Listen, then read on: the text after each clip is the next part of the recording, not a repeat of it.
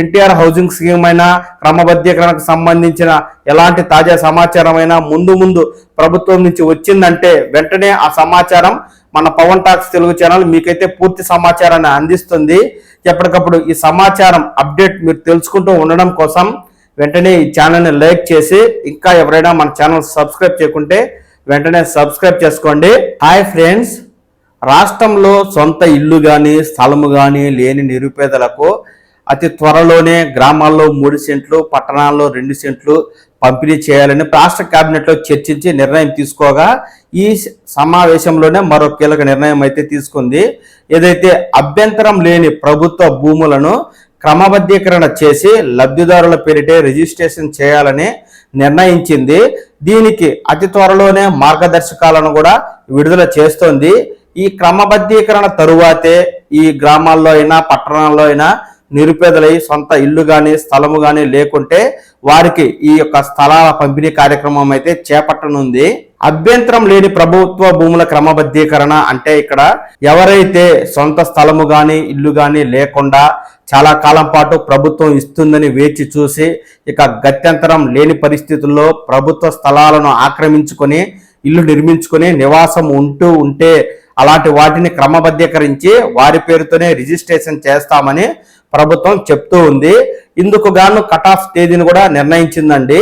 2019 September 17వ తేదీ నాటికి ఇల్లు నిర్మించుకుని నివాసం ఉంటే అలాంటి వాటిని మాత్రమే క్రమబద్ధీకరణ చేయాలని 150 గజాల స్థలం వరకు అంటే 3 సెంట్ల వరకు ఎవరైతే ప్రభుత్వ స్థలం ఆక్రమించుకొని ఇల్లు నిర్మించుకుని నివాసం ఉంటే వాటిని ఉచితంగానే రిజిస్ట్రేషన్ చేసేవాళ్ళని, అంతకంటే మించి ఉన్న స్థలాలకు కొంత ఫీజును ఆ యొక్క మార్కెట్ వాల్యూ ప్రకారం నిర్ణయించి వాటినైతే క్రమబద్ధీకరణ చేయాలని రాష్ట్ర ప్రభుత్వం నిర్ణయించింది.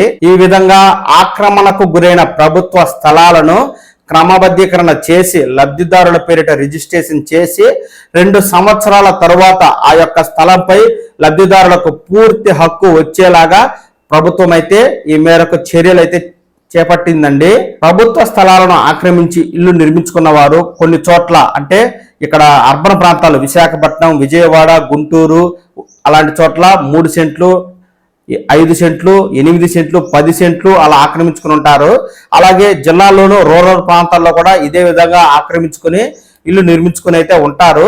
ఇక్కడ ప్రభుత్వ కొన్ని ప్రతిపాదనలు అయితే చేస్తుంది. ఏంటంటే 3 సెంట్ల వరకు ఎవరైనా ఆక్రమించుకుని ఉంటే వాటిని మటుకు ఉచితంగానే ఈ మేరకు రిజిస్ట్రేషన్ చేసిస్తామని, 3 సెంట్ల కంటే దాటి ఈ మేరకు 6 సెంట్ల వరకు స్థలం ఎవరైతే ఆక్రమించుకుని ఇల్లు కట్టుకుని ఉంటారో అలాంటి వాటికి మాత్రం స్థానికంగా ఉన్న భూముల మార్కెట్ వాల్యూ ప్రకారం 15% రిజిస్ట్రేషన్ ఫీజు అయితే చెల్లించాల్సి ఉంటుంది. ఇది కేవలం రేషన్ కార్డు కలిగి దారిద్ర్య రేఖ దిగువన ఉన్న వారికి మాత్రమే వర్తిస్తుంది.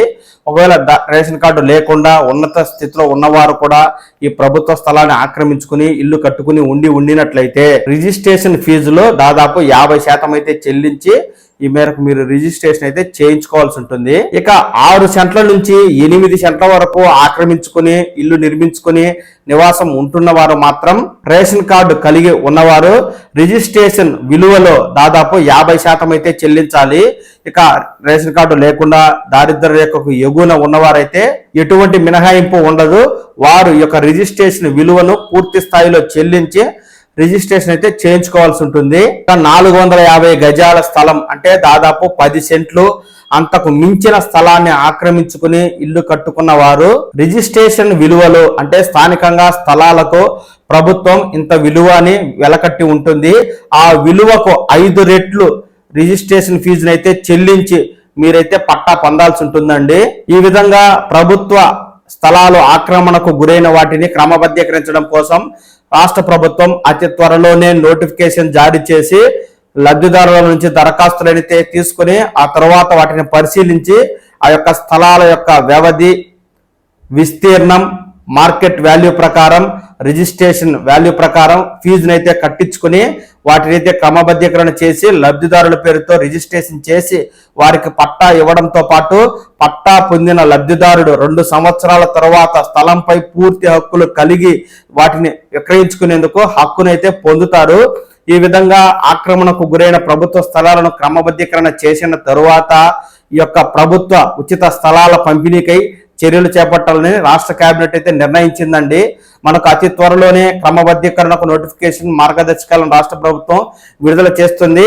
ఈ ప్రక్రియ పూర్తయిన వెంటనే రాష్ట్ర వ్యాప్తంగా ఎన్టీఆర్ హౌసింగ్ స్కీమ్ ద్వారా ఎవరైతే సొంత ఇల్లు కానీ స్థలము కానీ లేని నిరుపేదల నుంచి దరఖాస్తులు తీసుకుని పరిశీలన చేసి అర్హత ఉన్నట్లయితే గ్రామాల్లో 3 సెంట్లు, పట్టణాల్లో 2 సెంట్ల స్థలాన్ని ప్రభుత్వం ఉచితంగా పంపిణీ చేస్తుంది.